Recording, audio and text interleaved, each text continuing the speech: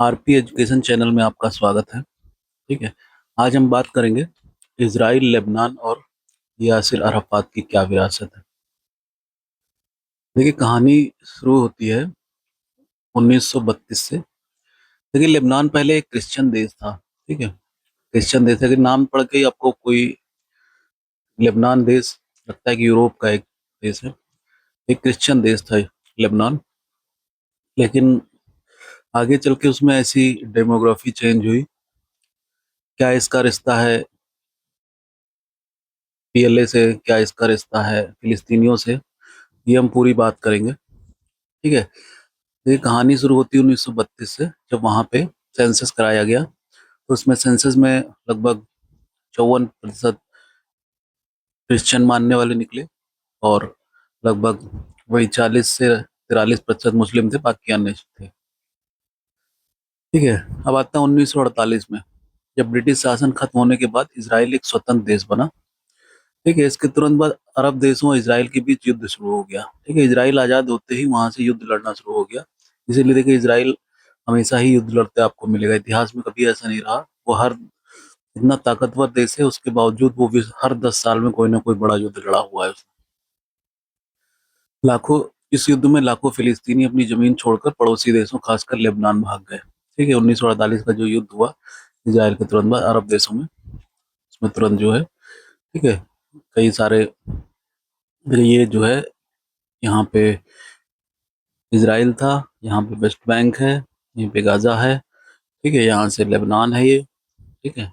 इसी के बगल में इधर ईरान है, इराक है। ठीक है। ये सारे देश हैं यहाँ पे। इधर अरब प्रायद्वीप है। तो मिडिल ईस्ट को, लेबनान एक छोटा सा देश है जो खूबसूरत है। मिडिल ईस्ट का पेरिस कहा जाता है। वहाँ की राजनीति ईसाई, सुन्नी और शिया मुसलमानों के बीच नाजुक संतुलन पर टिकी थी।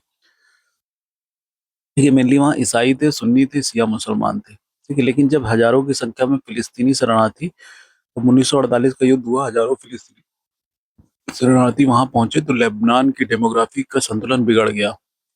ठीक है। अब वहां पे हुआ क्या कि जो है, वहां पे जब उनका संतुलन बिगड़ गया, डेमोग्राफी चेंज हो गई, तो उनका नेता भी वहां पे जन्म लिया। तो उसी में से एक नेता था यासिर अराफात।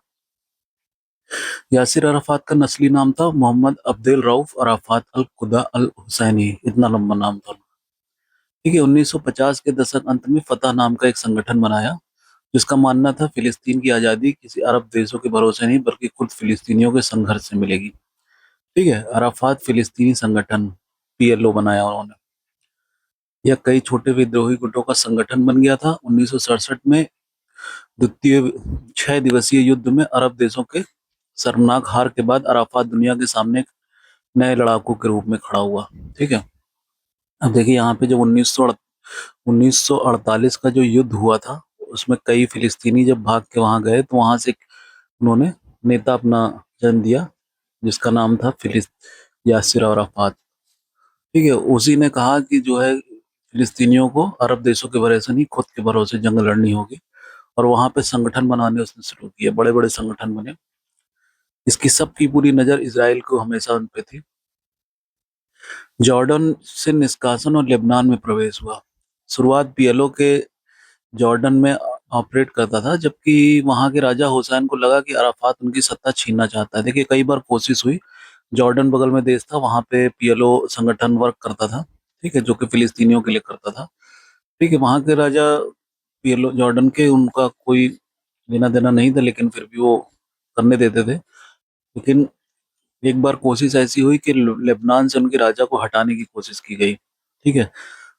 जिसका लेबनान की राजनीति में बहुत बुरा असर पड़ा, और जिसे ब्लैक सितंबर कहा जाता है। हजारों लोग मारे गए। लास्ट में अराफात, वहां पे एक गृह युद्ध हुआ। अराफात को अपने लड़ाकों के साथ जॉर्डन छोड़कर भागना पड़ा। ठीक है। इसीलिए देखिए, जॉर्डन हमेशा इसराइल से समझौता रखता है, क्योंकि उसको कई बार कोशिश की गई है वहां के राजा को हराने की। ठीक है। लेबनान के दक्षिणी हिस्से में पीएलओ ने अपना कब्जा जमा लिया। वहां के स्कूल, अस्पताल, अपनी खुद की अदालतें बना ली। देखिए, अब लेबनान के साथ क्या है कि उसमें शिया मुसलमान है। शिया मुसलमानों को सीधा ईरान पैसा देता है। ठीक है। जिससे वो, छोटा सा देश है लेबनान, उसके भर का काफी पैसा दे देता है, जिससे वहां के लोग उसके पूरी तरह से सपोर्टर बन गए। ठीक है। लेबनान में अपने स्कूलें चलाने लगा, अपनी अदालत चलाने लगा, अपने किताबें प्रिंट करने लगा, जैसी हिस्ट्री थी वैसे पढ़ाने लगा, लोगों की पूरी मानसिकता वहाँ की चेंज हो गई, ठीक है। बाकी जो वहाँ पे क्रिश्चियन लोग थे, क्रिश्चियन लोग छोड़ के अमेरिका निकल गए, और जो बचे कुचे लोग थे वो उन्होंने धर्म परिवर्तन करके मुस्लिम इस्लामिक अपना लिया, ठीक है।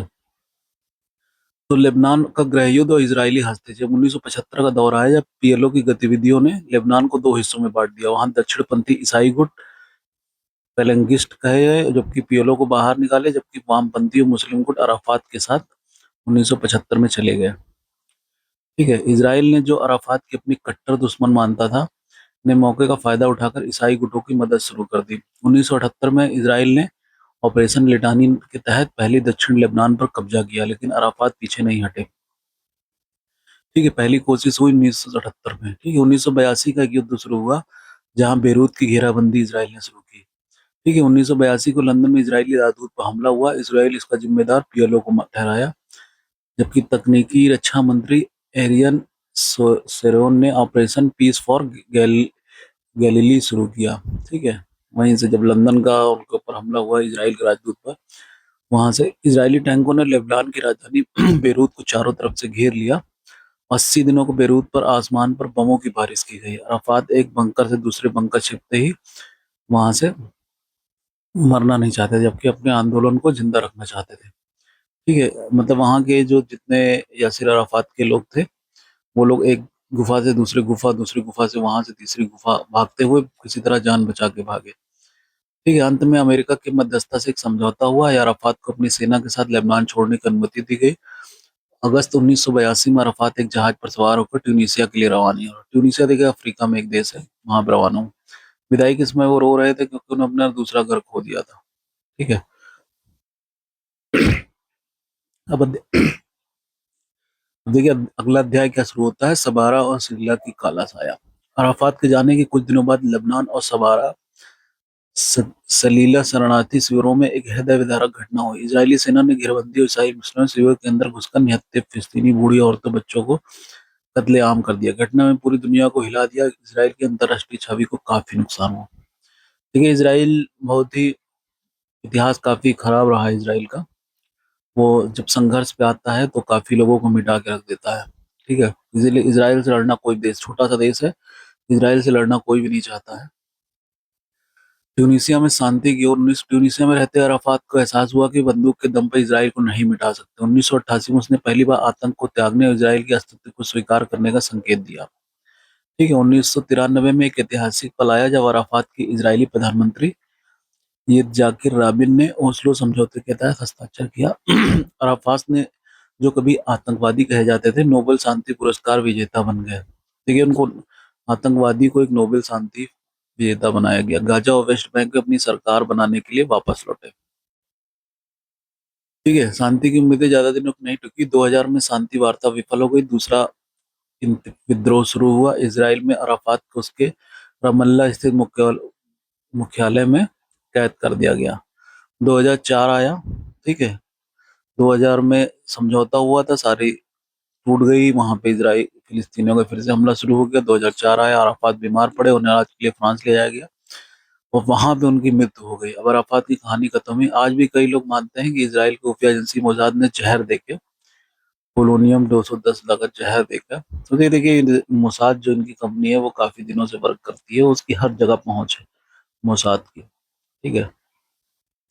और देखो कहा जाता है कि वो इजरायली खुफिया एजेंसियों ने ईरान जब फ्रांस ले जाया गया तो वहां पे उनको जहर दे के मार गया, ठीक है।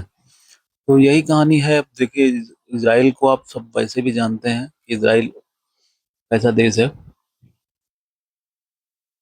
अब देखिए उसमें एक कहानी और है कि फतह लैंड और लेबनान की आंतरिक बिखराव भी शुरू हुआ। जब अराफात लेबनान पहुंचे तो उन्होंने एक सैन्य ठिकाने नहीं बनाए, बल्कि दक्षिणी लेबनान को अपनी जागीर बना लिया, ठीक है। जब वहाँ लेबनान पहुंचे थे, अराफात की गलती क्या थी कि पीएलओ के लड़ाके अक्सर लेबनानी नागरिकों के साथ बुरा व्यवहार करते थे, ठीक है। देखिए अब जो भी आतंकवादी हैं जिस देश में रहेंगे तो वहाँ कानून तो मानेंगे नहीं, कानून मान गए तो वो अच्छे आदमी बन जाएंगे।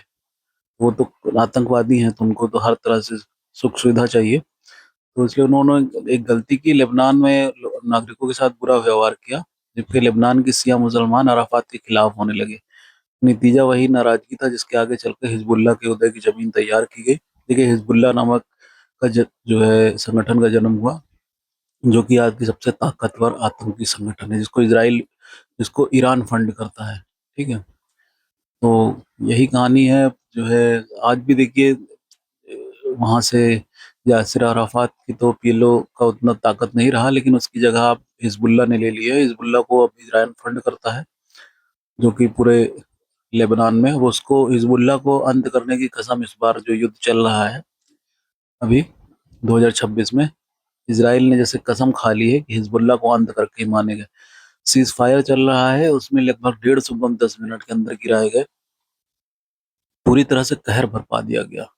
ठीक है, वहां पे एक उनका नेता था, उनके नेता का नाम मैं आपको बताता हूँ। ठीक है, इनका एक नेता था नईम कासिम। ठीक है, इसको इसराइल काफी दिन से ढूंढ रहा था। ठीक है, पूरा युद्ध चल रहा था ईरान में। इनका हिजबुल्ला का मेन लीडर था और नईम कासिम नाम था इसका। ये देखिए बाहर नहीं आता था, कोई इलेक्ट्रॉनिक सामान नहीं यूज करता था। मोसाद जैसा संगठन, इतना ताकतवर संगठन है, वो इनको पकड़ नहीं पा रहा था। ठीक है, नईम कासिम नाम था। अब देखिए यहाँ पे क्या हुआ कि जैसे ही सीज फायर किया गया, तो सीज फायर में पाकिस्तान ने घपला कर दिया। पाकिस्तान ने घपला ये किया कि अमेरिका को इंग्लिश में सौंपा सीज फायर का बुक, और जो है ईरान को उर्दू में सौंपा, जिसमें उसने लेबनान इंग्लिश वाले वर्जन से हटा दिया। अब देखिए वहां पे क्या, किसके कहने पे, अमेरिका के कहने पे किया, पाकिस्तान को तो आप जानते ही हैं। तो देखिए वहां पे उसका असर ये हुआ कि इसराइल ने लेबनान में अपना जो सीज फायर डॉक्यूमेंट है वो दिखा के कहा कि हमको तो ऐसा बताया ही नहीं गया। और जबकि उधर जो इनका नईम कासिम था वो बिल से बाहर आया। ठीक है, और वो खबर मोसाद को पता चल गई। ठीक है, और मोसाद ने 10, जैसे उसको कंफर्म हुआ, उसने 10 मिनट के अंदर उस पूरे एरिया में 150 बम गिराए। ठीक है, इसीलिए इतने लोगों की मौत हुई वहां पे। मारा वो भी गया, लेकिन उसके साथ में अन्य लोगों, कैफे थे वहां पे, उस कैफे के आसपास उसको देखा गया। मोसाद ने पूरी तरह से वहां पे 150 बम गिरा दिए। जब 150 बम गिराए तो वहां पे देखिए कम से कम 250-300 लोग मारे गए।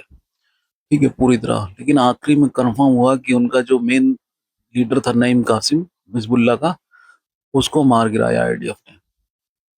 तो देखिए इसराइल से पंगा लेना सभी के बस की बात नहीं, छोटा देश है, लेकिन इतना आसान नहीं है उससे पंगा लेना। बड़े बड़े देशों की हवा खराब कर देता है। ठीक है, ईरान जैसा देश इतने मैप में इतना बड़ा देश है, लेकिन आईडीएफ ने उसकी देखिए कब से बैंड बजा रखी है। मोसाद जैसा संगठन काफी पुराना संगठन है। तो देखिए यही कहानी है इसराइल लेबनान यासिर अराफात की। ठीक है, अब देखिए युद्ध चल रहा है, युद्ध किस ओर जाता है देखते हैं। अभी तो कुछ कंफर्म नहीं है। शांति समझौता तो देखिए विफल रह चुका है।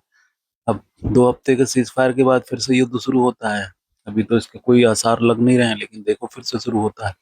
इसराइल तो नहीं रुकने वाला है, वो तो कंफर्म है कि 1-2 दिन में ही फिर से, अब लेबनान पे हो ही रहा है, किसी दिन भी वो ईरान पे बम गिरा के इसराइल की तरफ से तो युद्ध चालू कर दिया जाएगा दोबारा से। ठीक है, बाकी आप कहाँ से वीडियो देख रहे हैं, इसके बारे में किसी अन्य जानकारी, हिस्ट्री के बारे में जानना चाहते हैं तो कमेंट करके बताइए, मैं उस पर रिसर्च करके नया वीडियो बनाऊंगा। धन्यवाद।